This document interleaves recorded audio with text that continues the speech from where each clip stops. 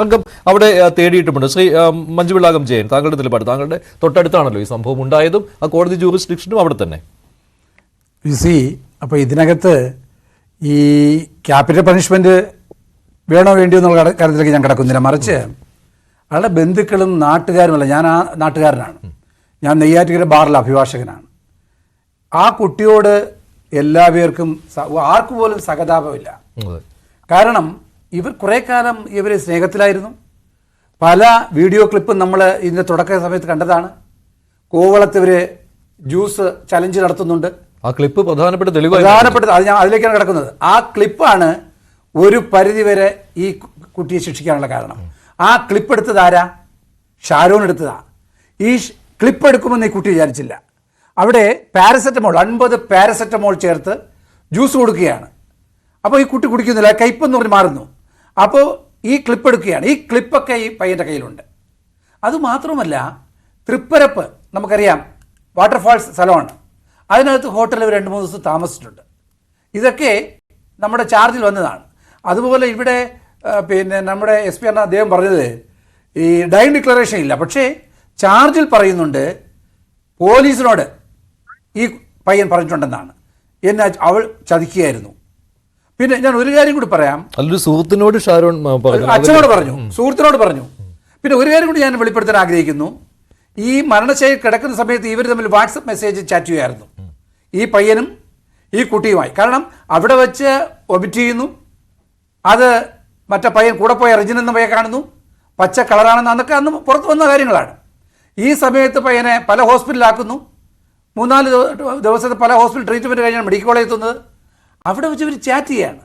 അപ്പോൾ ആ ചാറ്റുകളിലൊക്കെ തന്നെ ഈ പയ്യൻ്റെ ബ്രദർ ആയുർവേദ ഡോക്ടറാണ്. അവൻ വിളിച്ചിട്ട് ചോദിക്കുകയാണ്, ഷാരോൺ സത്യം പറ, നീ എന്താണ് കൊടുത്തത്? അതറിഞ്ഞ് നമുക്ക് ചികിത്സിക്കാനാണ്. എടാ നീ ചതിച്ചോ? ഞാൻ ചതിച്ചിട്ടില്ല. അപ്പോൾ ആക്ച്വലി ഒരു കാര്യം സത്യമാണ്, കോടതി എടുത്ത ഒരു വേർഷൻ എന്ന് പറയുന്നത് അതാണ്. ഈ ഇവനെ കൊല്ലുക എന്നുള്ള ലക്ഷ്യം ഈ കുട്ടിക്കുണ്ട്. ആ സമയത്ത് വേണമെങ്കിൽ മാനസാന്തരപ്പെട്ട് വേണമെങ്കിൽ ജീവൻ രക്ഷിക്കാമായിരുന്നു. കാരണം ശരിയായ ചികിത്സ കിട്ടട്ടെ എന്ന് വിചാരിച്ച് ഇക്കാര്യം പറയാമായിരുന്നു. അതാണ് മഞ്ജുഷ, അത് ചേർത്തെന്താ, ആൾറെഡി ഒരു എൻഗേജ്മെന്റ് കഴിഞ്ഞു.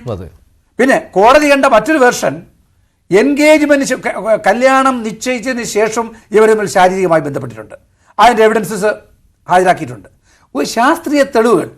ആ കഴിച്ച ആ പാനീയത്തിൻ്റെ കുപ്പി പോലീസ് ഒഡീഷയിൽ പോയ അതിൻ്റെ എവിഡൻസസ് എല്ലാം അവിടെ പോയി പഠിച്ചു. ഇതിൻ്റെ എങ്ങനെയാണ് ഇത് ഇഞ്ചിഞ്ചായി മരിക്കുക, അതായത് വളരെ സ്ലോ ആയിട്ട് എഫക്റ്റ് ചെയ്യുന്നതാണ്. അപ്പോൾ ശാസ്ത്രീയമായ തെളിവുകൾ, സാഹചര്യ തെളിവുകളുണ്ട്. പിന്നെ ബഹുമാനപ്പെട്ട നമ്മുടെ കലാം പാഷ സാറ്, അദ്ദേഹം ഒരു നിയമജ്ഞനാണ്.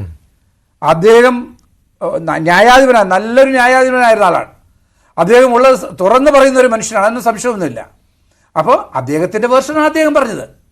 നെയ്യാറ്റുകര കോടതി കഴിഞ്ഞ മാസവും ഇതേപോലെ നേരത്തെ ഇവിടെ മഞ്ജുഷ് പറഞ്ഞതുപോലെ ഒരു ഡെത്ത് പണിഷ്മെന്റ് കൊടുത്തിട്ടുണ്ട്, ശാന്തകുമാരി കേസിൽ. അപ്പോൾ അദ്ദേഹത്തിൻ്റെ വേർഷൻ. പിന്നെ ഒരു കാര്യം ഞാൻ പറഞ്ഞില്ലേ, തുടക്കത്തിൽ ഞാൻ വീണ്ടും ആവർത്തിക്കുന്നു, അവിടുത്തെ നാട്ടുകാരും ബന്ധുക്കളും പരമാവധി ശിക്ഷയാണ് ആഗ്രഹിക്കുന്നത്. അത് ഡെത്ത് പണിഷ്മെന്റ് എന്നല്ല പറയുന്നത്, ക്യാപിറ്റൽ പണിഷ്മെന്റ് എന്നല്ല, പരമാവധി കിട്ടും. ഇപ്പോൾ ഹാപ്പിയാണ്. അതാണ് ആ പയ്യനും അവിടെ പുള്ളിക്ക് മാനസികമായി ഇറങ്ങിപ്പോകാനുള്ള കാരണം അതാണ്.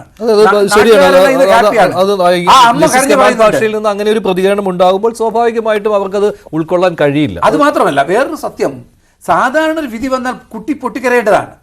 ഇന്ന് പോലീസ് ഉദ്യോഗസ്ഥർ പറയുന്നത് തുടക്കത്തിലുമില്ല, ഇന്ന് ശിക്ഷ വന്നപ്പോഴും ആ കുട്ടിക്ക് ഒരു ചലനവുമില്ല. അല്ല, അത് തന്നെയാണ് കോടതി പറഞ്ഞ കാര്യം പ്രധാനമാണ്.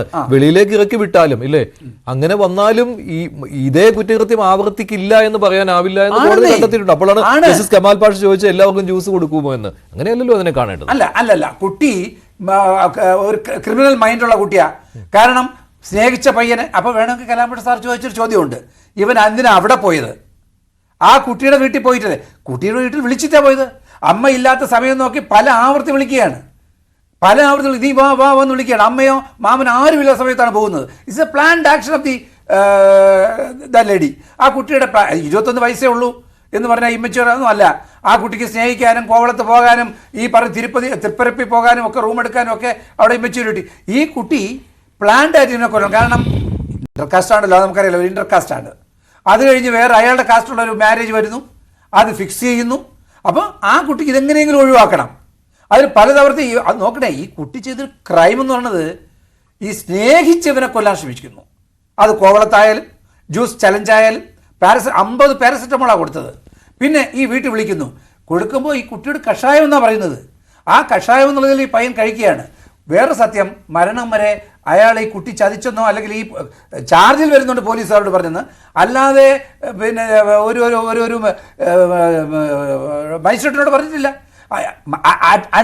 Up to the death, until his death അവനെപ്പോഴും ആ കുട്ടിയെ സ്നേഹിക്കുകയാണ്. സത്യം പറഞ്ഞാൽ സ്നേഹിക്കുന്നൊരു ഭർത്താവാണ് അവിടെ മരിക്കുന്നത്. ആ കുട്ടിയെ ചതിച്ചിട്ടില്ല. ആ അച്ഛനോട് പറയുന്നു, ജ്യേഷ്ഠ സഹോദരനോട് പറയുന്നു, കൂട്ടുകാരോട് പറയുന്നു. അവിടെ മരിക്കുന്നവരെ കുട്ടിയെ അവിശ്വസിച്ചിട്ടില്ല. അവിടെ നമ്മൾ മനസ്സിലാക്കണം, ക്രൈം അവിശ്വസിച്ചിട്ടില്ല. ആ വിശ്വാസത്തിൽ കയറിപ്പോകുന്നു. വിളിച്ചു പറയാണ്, നീ എന്തോ നോട്ട്സോ ഡ്രോയിങ് എന്തോ കൊടുക്കാനെന്നൊക്കെയാണ് പറഞ്ഞത്. എന്തായാലും ഈ രഹസ്യ റെക്കോർഡിംഗ് അത് പ്രധാനപ്പെട്ട കാരണമാണ് ഈ കേസിൽ. അത് മാത്രമല്ല, പൊതുവെ ഈ കേസിൽ പോലീസും പ്രോസിക്യൂഷനും അഭിനന്ദനം അർഹിക്കുന്നുണ്ട്. കോടതി തന്നെ കാര്യം സാഹചര്യ തെളിവുകൾ മാത്രമായിരുന്നു. കേരള പോലീസിനെ കോടതി അഭിനന്ദനം അറിയിച്ചു. പോലീസ് അന്വേഷണം അതിൽ യഥാർത്ഥമായി നോക്കി, അന്വേഷണ രീതി മാറിയ കാലത്തിനനുസരിച്ച് പോലീസ് മാറി, സാഹചര്യ തെളിവുകൾ നല്ല രീതിയിൽ ഉപയോഗിച്ചു. കുറ്റകൃത്യം ചെയ്ത അന്നു മുതൽ തനിക്കെതിരായ തെളിവുകൾ താൻ സ്വയം ചുമന്ന് നടക്കുകയായിരുന്നു എന്ന് പ്രതി മനസ്സിലാക്കി. വിവാഹ നിശ്ചയത്തിന് ശേഷം ഷാരൂണുമായി പ്രതി ലൈംഗിക ബന്ധത്തിൽ ഏർപ്പെട്ടു എന്ന് തെളിഞ്ഞതായി കോടതി വിധി പ്രസ്താവന വ്യക്തമാക്കി. അപ്പോൾ കോടതിയുടെ വേർഷൻ ഇതൊരു മെസ്സേജാണ് ടു ദ പബ്ലിക്. ഇങ്ങനെ ഒരെണ്ണം തന്നെ ആവർത്തിക്കരുത്. പക്ഷേ ജസ്റ്റിസ് കമാൽ പാഷ പറയുന്നു അങ്ങനെ ഒരു മെസ്സേജിന്റെ ആവശ്യമില്ല എന്നാണ്. അല്ല, വേണം. കാരണം ഞാൻ പിന്നെ കലാം പാഷ സാറിനെ ചോദ്യം ചെയ്യുന്നില്ല. ജഡ്ജിമാർ തന്നെ ചൂണ്ടിക്കാണിക്കാറുള്ളത് ഒരു മെസ്സേജ്, ഒരു സന്ദേശമാണ്. അതേപോലെ പ്രതികളെ പിടിച്ചു നിർത്തുക, അവരവസാനം തൊഴുത് ദൈവം നന്ദി എന്നൊക്കെ പറയുന്ന കോടതിയിൽ അങ്ങനെയൊക്കെ ഒരു സീനുണ്ടായിരുന്നു. ജഡ്ജിയോട് നന്ദി പറയുന്നു. അപ്പോൾ അതൊക്കെ മറ്റൊരവസ്ഥ. ഞാൻ അങ്ങനെ ഇറക്കുന്നില്ല, ഞാൻ അവിടുത്തെ ഒരു അഭിഭാഷകനാണ്. പക്ഷേ ഈ കുട്ടി ചെയ്തത് എന്ന് പറയുന്നത്, ഞാനും പറയുന്നു, നോട്ട് ഇനി ഒരു കുട്ടി ഇത് റിപ്പീറ്റ് ചെയ്യരുത്. So this is A message. ഈ ക്യാപിറ്റൽ പണിഷ്മെൻറ്റ് യങ്സ്റ്റേഴ്സിന് കൊടുക്കുന്ന ഒരു മെസ്സേജാണ് ഈ ക്യാപിറ്റൽ പണിഷ്മെൻറ്റ്. ആ കോടതി വിധിയെ ആ രീതിയിൽ നമ്മൾ കാണണമെന്നാണ് എൻ്റെ. ശരി, ഡോക്ടർ നിഷ.